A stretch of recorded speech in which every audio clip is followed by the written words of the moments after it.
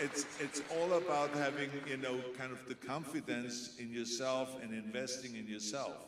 And it's again the naysayers. The naysayers will stop you, and the naysayers will kind of slow you down, but they never let it happen. And I just, you know, moved forward because I was always very determined, and I knew that it was hard working. It was never kind of like I was trying to pull back and not work hard, because I believe one of the chapters in my book, Be Useful, is work your ass off, because there is no shortcut to work. Work, work, work. And that's as simple as that. I always prepare really well for the movies. I always really prepared very well for the bodybuilding competitions.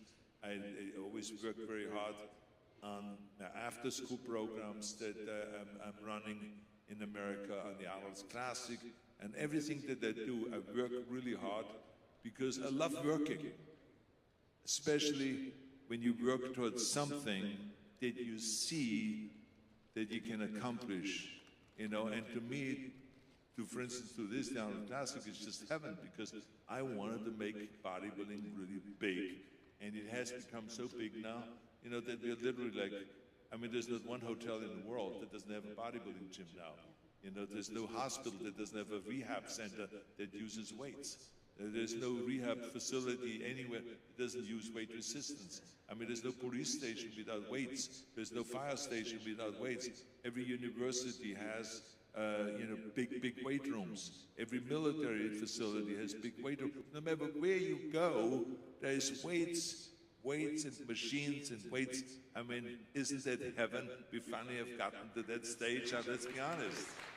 Can I ask you, Arnold, you have done so much. I mean, you got to where you wanted to in bodybuilding. You have conquered Hollywood. I mean, you've had your stint in politics as well. Is there anything that you would like to do that you haven't done? Well, I mean, I've said that several times before. I would have liked to run for president of the United States. But because I was not born in the United States, so therefore the Constitution says that you can't. And I'm not going to complain about it, because, you know, everything that I have been able to accomplish in my life is because of America. And so I'm not going to complain about the only thing that I can't do, which is run for president. I'm not going to complain about that. And we have so much great talent in America right now. So anyway, but the bottom line is, I was happy with the governorship. And but I tell you, I mean, as soon as I said, even to my wife, that I want to run for governor, she says, "So don't be crazy. This will never work." And my friends immediately said, "No, they're going to eat your life." You know how the politicians are. They're going to eat your life, and they're going to paint you as this horrible person, says you shouldn't even get into it, and all of that stuff. But you know something? I had the balls to do it. I jumped in there, announced it at the night show, and 2 months later, I was the governor of the state of California. You know, so. Very good. 2 terms as well. The bottom line is what it really means is, and I'm not trying to show off, but I mean, I think one thing I've proven is anything is possible. I mean, I'm literally a farm boy from Austria that has grown up on farms, and my father was a police officer, my mother was just the homekeeper, she was the Hausfrau, and I come out under this kind of circumstances, it's quite normal. It's very strict upbringing and all that stuff. But it just shows you that anything is possible if you have a vision, if you have a very clear goal. And this is what I was gifted with, is that I always had a very clear goal. And the reason why I'm saying that this is very important is because so many people are unhappy with what they do. In America, one time, just by coincidence, I was just checking out a study on how many people like their jobs, you know, whatever they do. And I found out that 78% of the people hate their job. I mean, think about that. 78% of the people hate their job. But how is that fun to get up in the morning and to go to a job that you hate? And so this never has happened to me. There were moments that I didn't like, but I mean, I always had a very clear vision. I mean, to me, every rep that I did for bodybuilding was a rep getting closer to that goal. So I had fun to do another rep, another set, another weight, another pound. I was happy in the gym because I was chasing a goal. And the same is also in acting. To me, I saw it very clearly that I can be another Clint Eastwood or Charles Bronson or any of those old action guys. I can do that. It just, you know, I got to go and work towards that. And I had this vision, and there was no one that could stop me. But it was fun. The struggle was fun. To go to those 4-hour acting classes and the speech classes and this and that. It was fun to do because I knew every time I went, it got me one step closer to that goal. And so this is why I always say to people, I said, the most important thing that you have to have is a goal. Just like when you wake up in the morning and you walk out of the house, you have a very clear goal of where you're gonna go. You go to the gym, or you're gonna go and go for breakfast, or you go to work, whatever you do, but I mean, you know what you're gonna do. Well, I want you all to have that for your whole life, to have a specific plan, because you can have the best airplane in the world, but if the pilot does not know where to go, eventually it's gonna crash. And that's what happens to people's lives. Their lives crash. They get depressed. They hate their job. You know, they get confused. They don't know what to do now because there's no goal there. And so many young people today have this problem that they don't know where they want to go.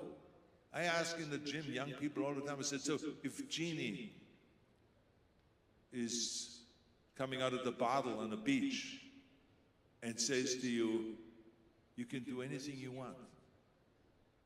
I said, what would it be? What is it that you would be? They look at me and they say, I said, no, this is not a plan. It's not a plan. I say, what is it? As if someone would have asked me when I was 15, what do you want to be ideally? I say, I want to be Mr. Universe. I want to be another Reg Park. I want to go into the movies like him and to do Hercules movies. I want to make millions of dollars. I want to just be like Reg Park. I had a plan. Within seconds. So just ask yourself, what do you want to be? Where do you want to go? And it takes sometimes not just minutes or hours to figure that out. It takes sometimes weeks, months, years. I had all the time in the world in Austria because there was no television. There was no iPhone, no iPad, no computer. The only thing we had that was technical was a radio. We didn't even have a telephone. So think about that, how much time I had to think and to start visualizing and to create a vision for myself. That's what most people don't do. They just go on the internet and they want to copy someone else. You can't copy someone else. You have to do the work. It's you. It's about your life. And so this is why it's so great when someone gets into the bodybuilding sport. That really helps you because you're getting into something where you realize, I have to have a goal. Because in bodybuilding, you cannot just go into a gym and say, I'm going to go into some curls. I say, for what? I want to do some calf raises. For what? I said, what's the reason? Are we training for getting better in tennis? Or are we training to get better in running? Or to become a decathlon athlete? Or to become a bodybuilding, a competitive bodybuilder? Or a power lifter? Or a weightlifter? Every single training is different. Every single training is different. So you have to know exactly what your goal is, otherwise you get lost in the gym. You start doing a set over here and a set over there and a set over there, and then you talk a little bit and all this stuff. I see those people in the gym too.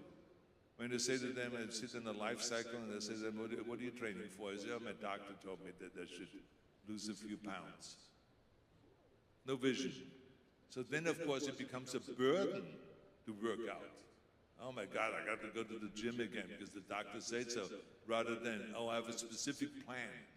Next summer, when they see me on the beach, they're gonna be so jealous because my waistline is gonna be so skinny, my abs are gonna be so ripped, my deltoids are gonna pop out that you can see me from 100 yards away, and I will look like a god.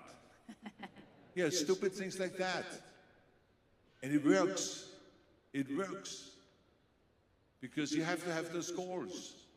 You have to have a specific goals. This is why I would say, you know, I gave you just out, you know, 3 ideas of how to become successful. I said, first is a vision, work your ass off, and don't listen to the naysayers. And of course, the most important one is that at the end, when I talk about it in my book, when I say give something back. Give something back, because we all are a product of help. If it is your parents that have helped you, no matter if you like them or not. I mean, I had a rough upbringing. I was beaten all the time by my dad and all this kind of stuff. But I love my dad. The day I can sit here and say, I love my dad. You know why? Because if I wouldn't have had this upbringing, I would have never had the urge to be the greatest, or the urge to move away from Austria, or the urge to move to America and to be something great and to prove to him. Because inside you always want to prove to your parents, you're full of crap. Wait when I grow up, what I'm going to become. Right? We all have that. And so, to me, that upbringing was perfect. It was the perfect combination. So I thank him for that upbringing, because it made me who I am today. And so, you know, it's hating your parents and not liking them and all of this. No, we appreciate what your parents did. No matter what they did, we appreciate it. And we appreciate what the coaches did and what the teachers did and all of that stuff. We all are like people always say, they write a story about me. They say, Arnold is the perfect example of a self-made man. And I say, I'm not a self-made man. It's the wrong story. I'm a product of all the things I just said, and then my bodybuilding companions, my bodybuilding buddies, my training partners. Then Joe Weider brought me to America. Who made me Mr. Universe? The judges voted for me. I didn't make myself Mr. Universe. Who made me a movie star? You all. The audience. If you have no one going to the movies, you're not a movie star. You're a loser. And I hate losers, by the way. But this is the reality of it. How did I become governor of California? 5.8 million people voted for me. I didn't make myself governor. See what I'm saying? So it's like, who helped me with all the stunts? Stunt guys. Who dressed me in the movies? The wardrobe people. Who built the sets? The set designers and the contractors and all that. So I mean, imagine the amount of people that helped me get where I am today. So of course, when you recognize that you are a product of a lot of help, then you also recognize the fact that you have to also help and give something back to your community. Give something back to your city, to your country. And so this is why I got involved in Special Olympics in the 70s. That's why I got involved in after-school programs and started after-school programs for millions of kids in America. That's why I got involved in the President's Council on Fitness and started traveling through all 50 states promoting health and fitness in America under President Bush. That's why I ran for governor, because I wanted to serve the people. I didn't want to be a politician. I hate politicians. I do. Because they all kind of make big promises, but then they don't keep them. Doesn't matter what party they're in. I wanted to be a public servant. That's why I want to be governor, to serve not just the Republicans, not just the right wing, because I am more to the right. No, I wanted to serve all 40 million people of California. To be able